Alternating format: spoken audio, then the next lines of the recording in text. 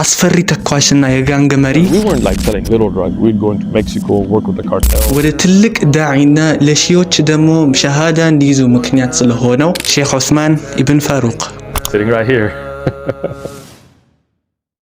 السلام عليكم ورحمة الله وبركاته ابن هند كنان تقارنو انقدي بالفوت اجيق تقامي يهونو فيديوش شيخ عمار سلسيح استمارينا استناك يهونو تمرتوچ ساتونا نقرقن ساتشون انترفي يادرقين برو شيخ عثمان تاريكاتشو استمارينا اجيق استناك اندهونا لنقراتشونا فيديوچن كمجمراتشن بفيت كريسوچ عندان نتبوچن لانا ساودالو بمجمريا 5000 ቤተሰብ በመግባታችን በጣም ደስ ብሎኛል አላህ ያስደስታችሁ ለመልካም ኮሜንታችሁ ደግሞ ቃላት የለኝም ብቻ አልহামዱሊላህ እናም በድጋሚ አመሰግናለሁ። ሁለተኛው ነጥብ አንዳንድ ሰዎች የኔን ቪዲዮ እየወሰዳችሁ ቲክቶክ ላይ እየፖስታችሁ ነው። ጀዛኩሙላሁ ኸይረን አላህ ይቀበላችሁ። ነገር ግን አንድ ትንሽ ችግር አለ። ምንድነው እሱ? እያስፈቀዳችሁኝ አይደለም፣ ክሬዲት እየሰጣችሁኝ አይደለም። ስለዚህ ቲክቶክ ላይ ወይም ሌላ ፕላትፎርም ላይ መልቀቅ የምትፈልጉ ሰዎች የኔን ቪዲዮ በቅድሚያ በውስጥ መስመር አናግሩኝ። ከዛ እኔ በምሰጣችሁ መስፈርት ትለቃላችሁ። ተማም። ሶስተኛው ነጥብ ብዙ ሰዎች በየቀኑ ልቀቅ ቶሎ ልቀቅ እያላችሁኝ ነው። ነገር ግን እንደዛ ለማድረግ በጣም ይከብደኛል፣ አቅሙ የለኝም። ኤዲት ማረጋው፣ ስክሪፕት ምጽፋው፣ ድምጽ ምቀዳው፣ ቪዲዮ ምቀርጸው ሁሉንም በስልክ ነው እና ብቻዬን ነው ይሄን ሁሉ እየሰራው ያለሁት። ስለዚህ በዚሁ አጋጣሚ ስፖንሰር ልትሆኑኝ የምትፈልጉ ቤተሰቦቼ ካላችሁ ለአላህ ብላችሁ ነይታችሁ አለው በሉኝ። ኢንሻአላህ ወንድማችሁ ኢብን ሂንድ ትልቅ ቦታ እንዲደርስ ምክንያት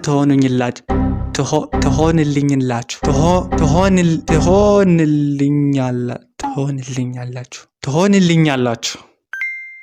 ሰብስክራይብ ያላርጋችሁ ሰብስክራይብ አድርጉ። እንደምታዩት አልহামዱሊላህ ቻናሉ በፍጥነት እያደገ ነው ያለው። 10000 ቤተሰብ ስንገባ በኢዝኒላህ ለየት ያለ ቪዲዮ ይኖረናል። ቪዲዮን አይታችሁ ጨርሳችሁ ከወደዳችሁት ላይክ ማድረጋችሁን እንዳትረሱ። አላርዝምባችሁ፣ ቀጥታ ወደ ቪዲዮ እንገባለን። ይህን ታሪኬን ለሚሰሙ ሰዎች አላህ በታሪኬ ተጠቃሚዎች ያደርጋቸው። አንዳንድ ሰዎች በጥፋትና በማዕሲያ የተሞላ ህይወት ውስጥ ገብተው ወደ አላህ ሱብሓነሁ ወተዓላ መመለሻ በር ያላቸው አይመስላቸው። ለምሳሌ እኔ ይህንን ታሪኬን ለረጅም ጊዜ ለማንም ሳልናገር በራሴ ውስጥ ቀብሬ ቆይቻለሁ። ነገር ግን በአላህ ፍቃድ በታሪክ የሚማሩ ሰዎች ይኖራሉ በሚል ሐሳብ ታሪኬን ልነግራችሁ ወዳለሁ። በነገራችን ላይ እንዲህ ስፈዝ ካያችሁኝ ማለት ነው እየፈዘዝኩ አይደለም፣ በጣም ትኩሩ ብዬ ያወራው ነው ማለት ነው። እሺ እንጂ እንደዚህ ነው ፊቴ ያው እንደዚህ። የተወለድኩት በፓኪስታን ውስጥ ነው። የፓሽቱን ጎሳ ሰው ነኝ። አባቴ በፓኪስታን የፖሊሶች ዋና አዛዥ ነበር። በጣም ኃይለኛ ሰው ነበር። በአገሪቱ ፕሬዝዳንት ችግር ምክንያት ፓኪስታንን ለቀን የተሻለ ቦታ ለመሄድ ተገደድን። ከፓኪስታን ስንወጣ እድሜ ገና 6 ወይም 7 አካባቢ ነበር። ልጅ ነበርኩኝ። በመጀመሪያ ወደ እንግሊዝ ሀገር ወደ ማንቸስተር ሄድን። እዛ ለአንድ አመት ተኩል ያህል ከተቀመጥን በኋላ እድሜ 8 ወይም 9 አመት ሲሆን ወደ አሜሪካ ተጓዝን። ትምህርቴንም እዛ ቀጠልኩኝ። በእንግሊዝ እያለን ነገሮች በጣም አስቸጋሪ ነበሩ። በኃይለኛው የዘር ልዩነት ነበር። ፓኪስታኒው ከነጩ ጋር ይጣላል፣ ከጀማይካዊው ጋር ይጣላል ምናምን። ነገር ግን ቢያንስ ያኔ መገዳደል አልነበረም። በአሜሪካ በአዲሱ ትምህርት ቤት የመጀመሪያው ቀን እናቴ አላህ ይጠብቃት አስውባኝ ሙሉ ሱፍ ከነከረባቱ አልብሳኝ ዝንጥ አርግታ ላከችኝ። አስቡት ሙሉ ሱፍ ለብሻለሁ። እኔ ያለው ደግሞ በጣም አስቀያሚ ሰፈር ነው። አስቀያሚ የሆነ ትምህርት ቤት ነው የሚሄደው። ብዙ ሚዘንስ ሳይወዱ መሰለኝ ያን ቀን ተደብደብኩኝ። ወደ ቤት ስመለስ ሸሚዜ ደም በደም ሆኖ ሱፌ ተቀዶ አይኔ አብጦ ጥቁር ሆኗል። እንኳን ወደ አሜሪካ በሰላም መጣችሁ። ወላጆቼ የአሜሪካን መጥፎ ጎን አያውቁም ነበር። አሜሪካ በሙሉ እንደ ሆሊውድ ፊልም ያማረች እንደ ጀነት ሰላማዊ የሆነች ነበር የመሰላቸው። ነገር ግን እኛ የገባንበት አካባቢ በጣም አስፈሪ የሜክሲኮች ጋንግ የሞሉበት በጣም መጥፎ አካባቢ ነበር። ያው አማራጭ አልነበረንም። ሁኑ በተባልንበት ቦታ ነው መኖሪያችንን ያደረግነው። እናም እንዳልኳችሁ እናቴ በጣም ምርጥ ሰው ናት። አላህ ይጠብቃት። የአቅሟን ጥራለች።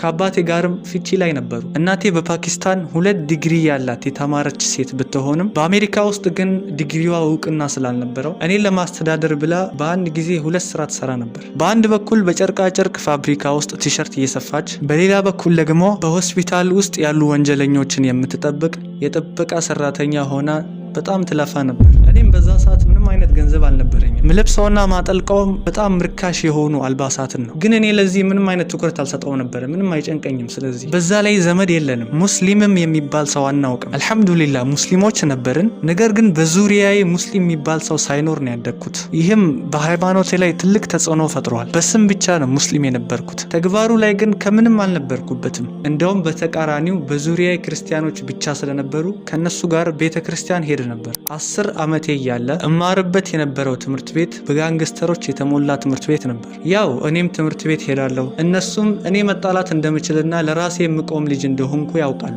ያው እንከባበራለን ምናምን። ነገር ግን ጋንግስተር መሆን በጭራሽ ፍላጎቴ አልነበረም። ፍላጎቴ የነበረው እናቴን ማስደሰትና እንደምንም ብዬ ሰርቼ ተለውጬ ከዛ ሰፈር እናቴን ወስጄ መውጣት ብቻ ነበር። ታሪኬም ከዚህ በኋላ ነው የሚጀምረው። አንድ ኢራናዊ ልጅ ነበረ። ያው እንደ ጓደኛሞች አንዳንዴ አንድ ላይ እንሆን ነበር። ነገር ግን ችግር ፈላጊ ልጅ ነበር።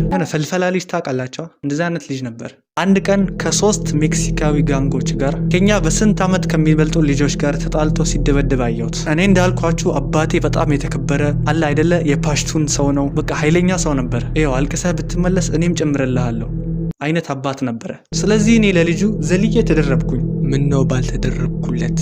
ልክ እኔ ስደረብለት ልጁ ጥሎኝ ሮጠ።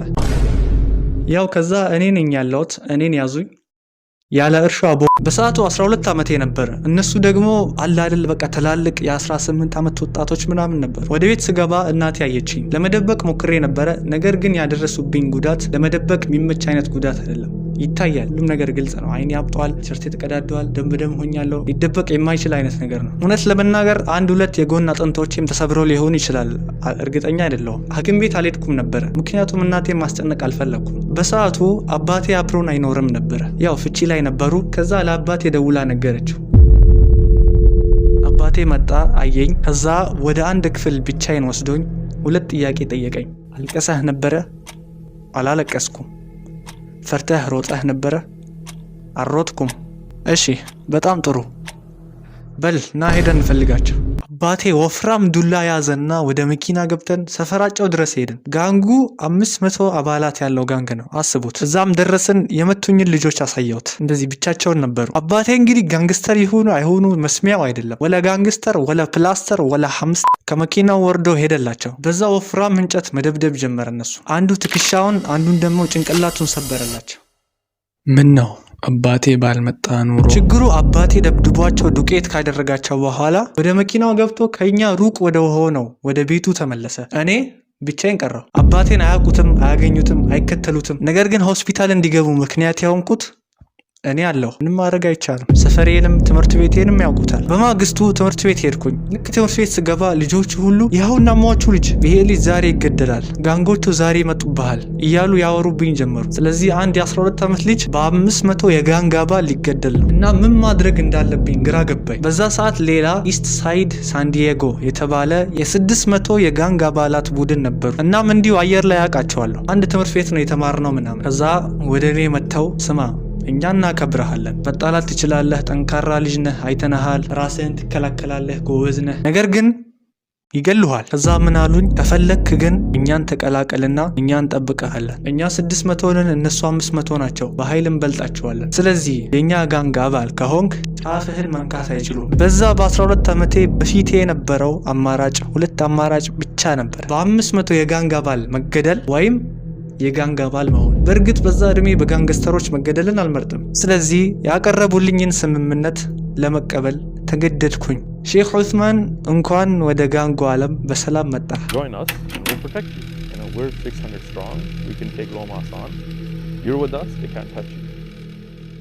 ወደ ጋንጉ ዓለም ለመግባት መስፈርት አለው። ዝም ብሎ ዘው ብሎ አይገባም። ቡድኑን ለመቀላቀል ለ13 ሰከንድ ያለምንም ምህረት ይደበድቡሃል። ባላቸው ኃይል በሙሉ ይደበድቡሃል። ከዛ ካለቀስክ ወይም ከሮጥክ አትቀላቀልም። ምታቸውን መቋቋም ከቻልክ ግን ይቀበሉሃል። ምክንያቱም ፍሪ ኮንክ ኦፍ ኮርስ አይፈልጉህም። ለዛ የጋንግ ቡድን ሙሉ ህይወትህን ነው የምትሰጠው። ያ ብቻ አይደለም መስፈርታቸው የሚሆነው። በጋንግ ውስጥ ቦታ ያላቸው ሰዎች አሳይመንት ይሰጡሃል። ሂድ እንትናን ውጋው፣ ይሄንን መኪና ሰርቀህ አምጣልኝ ምናምን። ነገር ግን እኔን በእንደዚህ አይነት ነገር አልፈተኑኝም ነበረ። ምክንያቱም ለእኔ ትልቅ ክብር ነበራቸው። ሁል ጊዜ ነገሮችን በጥልቀት ነበረ ማስበው። ስለዚህ በጋንጎ ዓለም ውስጥ በፍጥነት ነው ወደ ላይ ያደግኩት። እናም ብዙ ነገሮችን እናደርግ ነበር። የመሳሪያ ሱቆችን እንዘርፋለን ምናምን። እናም ለዘረፋ ምናምን እቅድ ማወጣ የነበርኩት እኔ ነኝ። ያኒ ማስተር ማይንድ ኦፍ ዘ ጋንግ። ስለዚህ ገና ልጅ እያለው በቡድኑ ትልቅ ቦታን ይዤ ነበር። እነዚህ ጋንጎች አንድ መሪ ብቻ ወይም አንድ ወጥ የሆነ መሪ የላቸው። በቡድን ይከፋፈሉና የተለያየ መሪ ነው የሚኖራቸው። ስለዚህ የኛ ጋንግ 13 መሪ ነው ያለው። 13 ቁጥርንም እንደ አርማ ነው የሚጠቀሙት።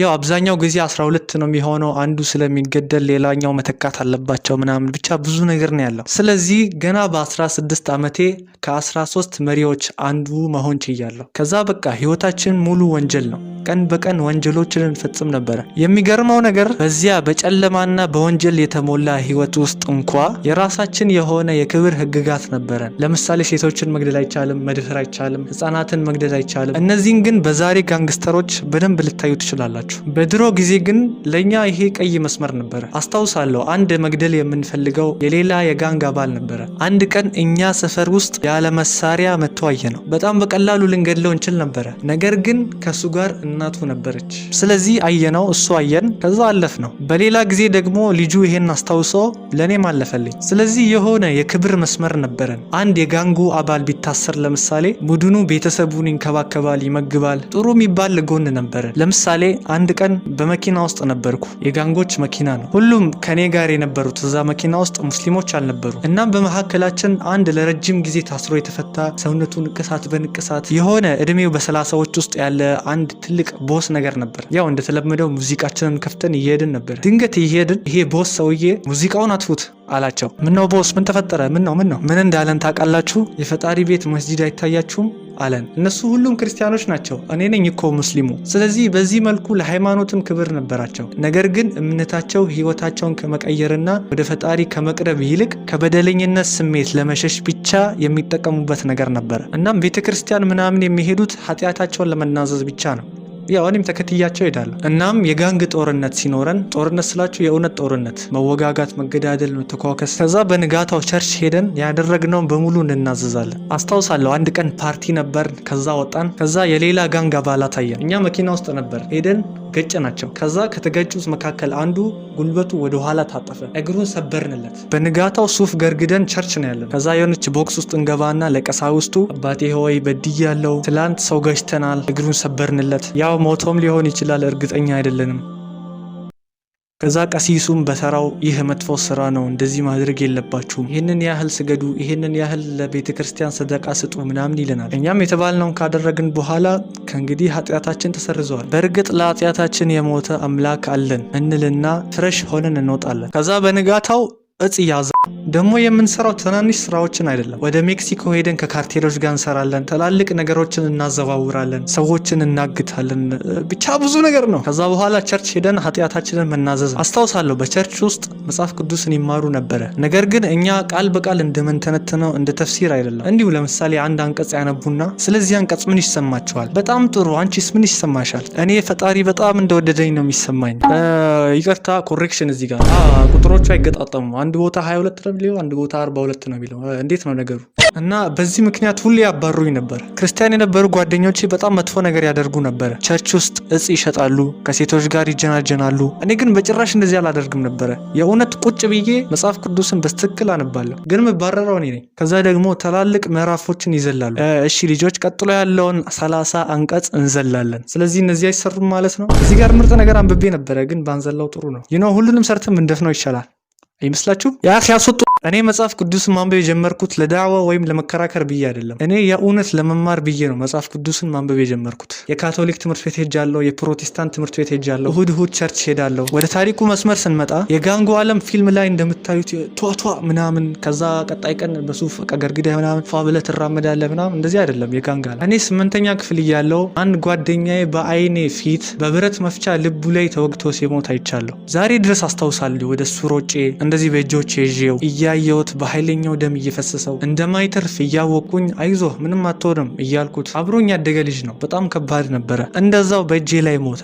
አሁን ላይ ልጆች ወደ ትምህርት ቤት ሲሄዱ ለምን የኪስ ብር አልተሰጠኝም ብለው ነው ጭንቀት ውስጥ የሚገቡት። እኛ ግን ትምህርት ቤት ስንሄድ እገሌ ጓደኛህ እኮ ጭንቅላቱ ተካፍሎ ሆስፒታል ተኝቷል ነበረ የምንባለው። የስንት ጓደኞችን ቀብር ስነ ስርዓት እንደሄድኩኝ ራሱ በቁጥር አላውቀውም። ከ30-40 ዓመት በፊት ደቡብ ካሊፎርኒያ የጦር ሜዳ ነበር የሚመስለው። 7ኛ 8ኛ ክፍል እያለው ምሳ ላይ ያለን ምናምን በመኪና ተሰብስበው መጥተው ተኩስ ይከፍቱብን ነበር። ልጆች ሽጉጥ ከማምጣታቸው ብዛት እኛ ትምህርት ቤት ላይ ይሄ ብረት ዲቴክት የሚያደርገው ዲቫይስ ነበር። ያ ብቻ አይደለም፣ ለዛ ትምህርት ቤት የተመደቡ ብቻ ሙሉ ስራቸው ትምህርት ቤቱን መጠበቅ ብቻ ሆነው የተመደቡ ፖሊሶች ነበሩ። ያስቁኛል ሌላ ቦታ ያሉ ሰዎች በጩቤ ሲያስፈራሩ፣ እንትና እኮ ቦክሰር ነው አትሳፈጠው፣ በአንድ ቦክስ ይዘርራል ምናምን። በጣም ፈራው፣ አስፈራኸኝ። እኛ በ16 ዓመታችን ሐቢቢ ዩዚ ኤኬኤም ኤም416 ትላለ ስካርኤል ኤደብሊው። ያ ብቻ አይደለም፣ ከመሪዎች አንድ ለመሆን የግድ አንድ ሰው መግደል አለብህ፣ ብለድ ኢን። አንዴ መሪ ከሆንክ በኋላ ደግሞ መውጣት አችልም፣ ብለድ አውት። ስለዚህ ለመግባት መግደል አለብህ፣ ለመውጣት መገደል አለብህ፣ ብለድ ኢን ብለድ አውት። ይችን ህግ እንዳትረሱ አስታውሷት። እና ከመሪዎቹ አንድ ጓደኛ ነበረኝ። አንድ ጊዜ ተተኮሰበትና ከአንገት በታች ፓራላይዝ ሆነ። ከአንገት በታች ራሱ ማንቀሳቀስ አይችልም። እንደዛም ሆኖ በጋንጉ ዓለም ውስጥ ነበር። እንደዛም ሆኖ በዊልቸር እየተገፋ ይመጣና እዛ ሰፈር ከኛ ጋር ይቀመጥ ነበር። ከዛ በኋላ አንድ ቀን በመኪና መጥተው ሲያጠቁን እሱ መንቀሳቀስ መሮጥ ስለማይችል ተገደለ። መጀመሪያ ተተኮሶበት ፓራላይዝ ሆነ፣ ከዛ ተተኮሶበት ተገደለ። ያኒ በዚህ አይነት ሁኔታ ራሱ ዑዝር አይሆንህም። ይሄ ምንም አይነት ምክንያት ተቀባይነት አይኖረውም። ለመውጣት የግድ መሞት አለብህ። መውጣት ከፈለክ ቀብርህ ገብተህ ነው መሆን ያለበት። እችንም ያዘዋት እንዳትረሳዋት። በህይወት የማረሳው ነገር ቢኖር የሰው ስጋ ሲቃጠል ያሸተትኩት ሽታ ነው። ካርቴሎች እኛን ለሚሽን ምናምን ይጠሩናል። እናም በጣም ሀብታሞች ናቸው። በጣም ሀብታሞች። እነሱ ጋር ስትሄድ ገንዘብ እንደዚህ ተደርድሮ ከአንተ ቁመት ሲሆን ታያለ። ያሌላቸው የመሳሪያ አይነት ደግሞ የለም። ስለዚህ ካርቴሎች የሚፈልጉህ ለሁለት ምክንያት ብቻ ነው። ወይም ሚሽን ሊሰጡህ ሊሸልሙህ፣ እንዲህ ሴቶችን ይደረድሩና የፈለግከውን ምረጥ ምናምን፣ ጎበዝ ልጅ በርታ ምናምን ይሉህና ወይም ደግሞ እንደዚህ የተቋጠረ ብር ይወረውሩልሃል። ወይም ደግሞ ሊገድሉህ ነው የሚጠሩክ። ሲገሉህ ደግሞ በአንድ ጥይት አይገላግሉህም። በጣም በአሰቃቂ ሁኔታ ነው የሚገሉክ። አስቡት፣ በ16 ዓመቴ ካርቴሎች ና ብሎ ጠሩኝ። ስለዚህ አሁን ሌላ ሀገር ሜክሲኮ ሄድኩኝ። በዛ ሰዓት ካርቴሎች ነበሩ ሀገሩን የተቆጣጠሩት። ፖሊሶች ምንም ማምጣት አይችሉም። ከካርቴል ጋር ተሳፈትክ ማለት መጥተው ሙሉ ቤተሰብህን ነው የሚያጠፉልህ። ለዛውም በጣም በአሰቃቂ ሁኔታ። በበርሚል ዘይት ይሞሉና ውስጥ ይከትሁና በቁመህ ያቃጥሉሃል። ከዛ ምን ሆነ መሰላችሁ? በጣም የምቀርበው የልብ የምለው ጓደኛ ነበረኝ። ከልጅነታችን ጀምረን አብረን ያደግን ልጅ ነን። እናም በ2 ዓመት ይበልጠኛል። በዛ ላይ ከ13ቱ አንዱ ነበረ። በቃ ኃይለኛ ተኳሽ ማፊያ የሆነ ልጅ ነው። ለእኔ ግን ልክ እንደ ታላቅ ወንድሜ ነበር። ምክንያቱም እኔ ያደግኩት ብቸኛ ልጅ ሆኜ ነው። በእናቴ በኩል ብቸኛ ልጅ ነኝ። አባቴ ከሌላ የወለዳቸው ልጆች አሉ፣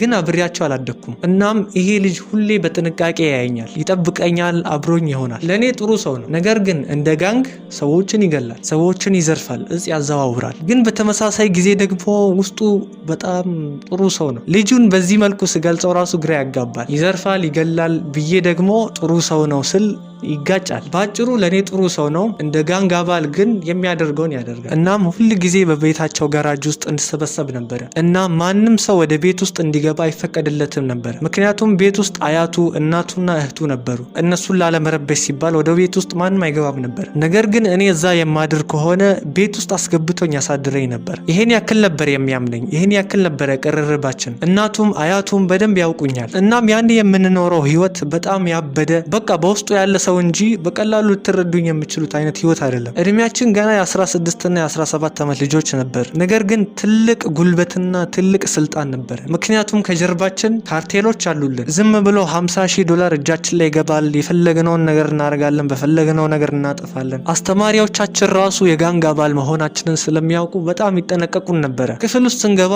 የቤት ስራና አሳይመንት አይጠይቁንም። እንደውም አንድ ጊዜ ትምህርት ቤታችን አዲስ ርዕሰ መምህር መጣ። ሰውየው በቃ ልክ ፊልም ላይ እንደምናየው በቃ ትምህርት ቤት ውስጥ ያሉ ረባሾችን ለማስተካከል የትምህርት ቤቱ ጀግና ለመሆን የመጣ አይነት ጠንካራ ሰው ለመሆን ሞከረብን። እናላችሁ ይሄ ሰውዬ እኛን ይቆጣ ጀመረ። ይኸውላችሁ ልጆች፣ እኔ እንደ ቀድሞ ርዕሰ መምህር ከእናንተ ጋር እቃቃ ምናምን አልጫወትም። ሰሚያለሽ? እያንዳንድሽ ቀጥ ብለሽ ትማሪያለሽ። ይሄ እኔ ጋር ወደዚህ ወደዛ የምትሉት ነገር ምንም አይሰራ። ገባችሁ አይደል?